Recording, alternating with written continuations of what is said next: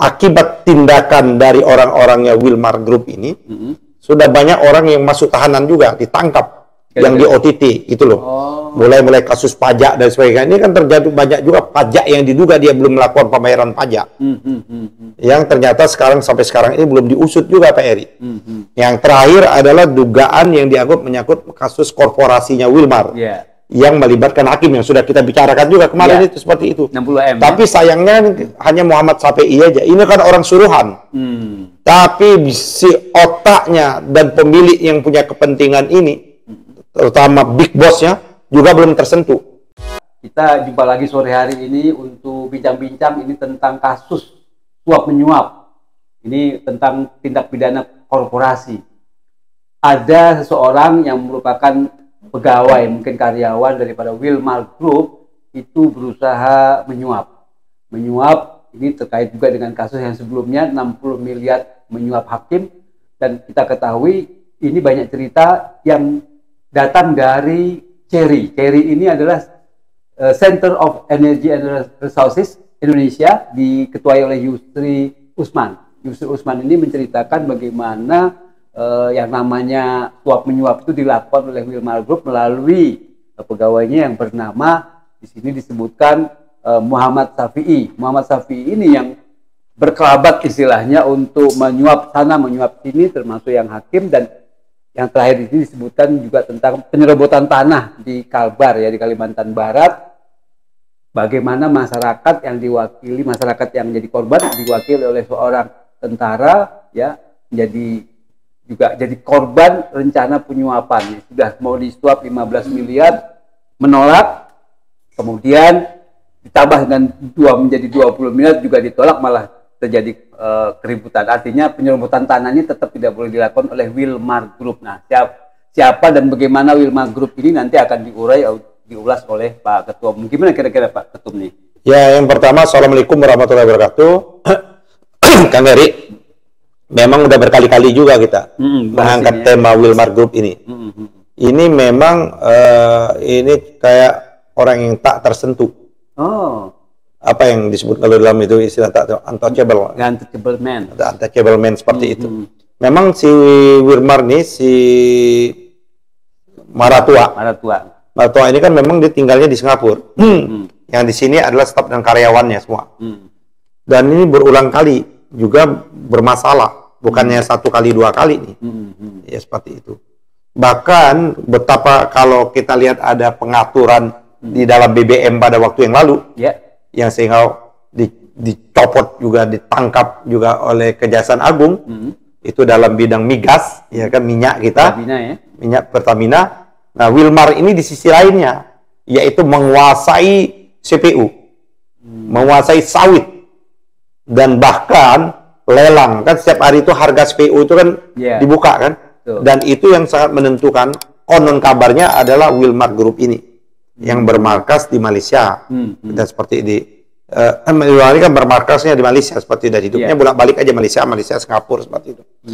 Nah, ini memang sudah berulang kali juga akibat tindakan dari orang-orangnya Wilmar Group ini, sudah banyak orang yang masuk tahanan juga, ditangkap, yang di OTT, itu loh. Mulai kasus pajak dan sebagainya. Ini kan terjadi banyak juga pajak yang diduga dia belum melakukan pembayaran pajak. Yang ternyata sampai sekarang ini belum diusut juga, Pak Eri. Yang terakhir adalah dugaan yang dianggap menyangkut kasus korporasinya Wilmar. Yang melibatkan hakim yang sudah kita bicarakan juga kemarin itu seperti itu. 60M. Tapi sayangnya hanya Muhammad Safi'i aja. Ini kan orang suruhan. Tapi si otaknya dan pemilik yang punya kepentingan ini, terutama big boss-nya, juga belum tersentuh. Seperti itu. Nah, ini betapa kita tidak inginkan juga, ini jangan sampai Kejaksaan Agung ini kayak berburu di kebun binatang. Tinggal hanya membidik siapa yang dia inginkan dan melepaskan siapa yang diinginkan. Tergantung kompromi, ya kan, tergantung kesepakatan atau deal tertentu itu. Nah, itu menurut saya berbahaya dalam proses penegakan hukum ini. Nah, si Yusri Usman ini, saya kenal Bang Yusri ini, memang dia concern juga ini. Berkali-kali juga dia sudah mengungkapkan Bang Heri, Kang Heri ini. Dan cuman kan masalahnya belum masuk dia. seperti itu. Artinya Cherry ini memang selalu menyoroti. Sekarang kan baru yang gitu ya? baru itu kan yang di OTT Pak Muhammad Syafei'i-nya. Tapi yang lainnya bagaimana? Apalagi Big Boss. Big Boss-nya. Kita minta kepada Jaksa Agung agar segera membongkar kasus Wilmar ini setuntas-tuntasnya.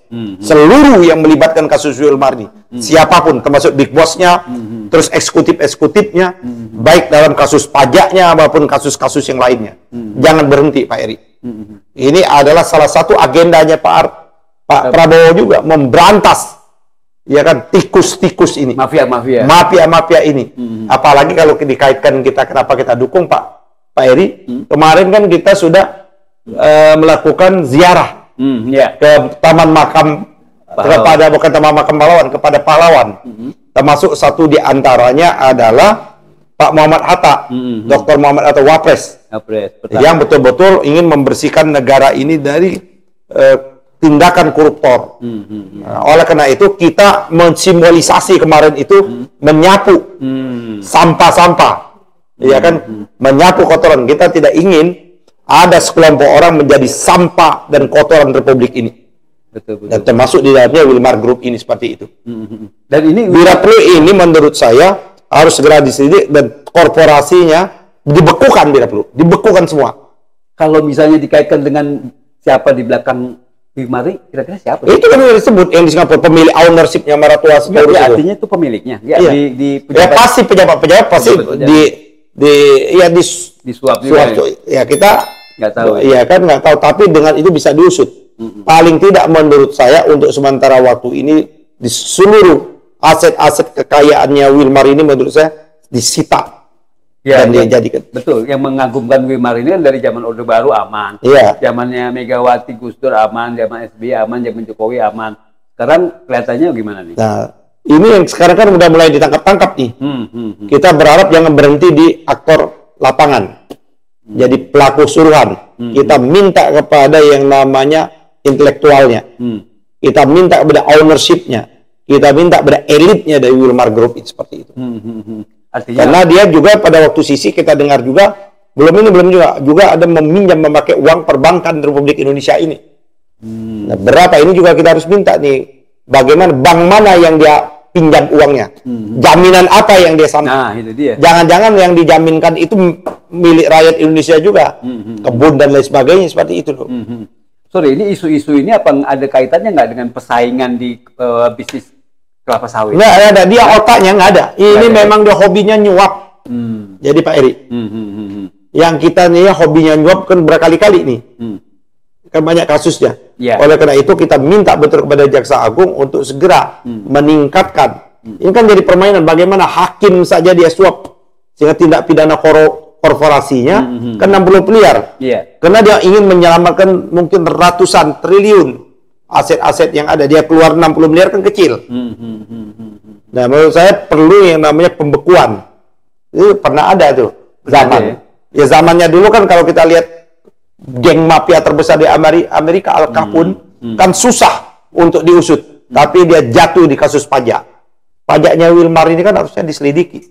Betul nggak dia sudah membayar pajak sebagaimana semestinya? Dan itu artinya mulai dari Dirjen Pajak. Iya, kan sudah pernah aja kasus seperti yang kena juga salah satu, tapi masih belum ke top manajemennya pajak, belum sampai ke Dirjen, masih pegawai menengah ke bawah gitu loh, Pak Eri. Nah itu kita khawatir kan ada tokoh atau ada mungkin pejabat tinggi yang membackup Wilmar ini. Mudah-mudahan sih enggak. Saya kira Pak Prabowo akan menyapu bersih semua itu. Insya Allah kita tunggu aja nih Pak Prabowo betul-betul akan dengan tegas memberantas mafia-mafia ini yang seperti Wilmar Group ini. Terima kasih Pak Ketua Umum, dan kita berharap sekali pemirsa informasi ini bermanfaat dan kita menambah wawasan pengetahuan kita. Terima kasih. Billahi taufiq walhidayah. Wassalamualaikum warahmatullahi wabarakatuh.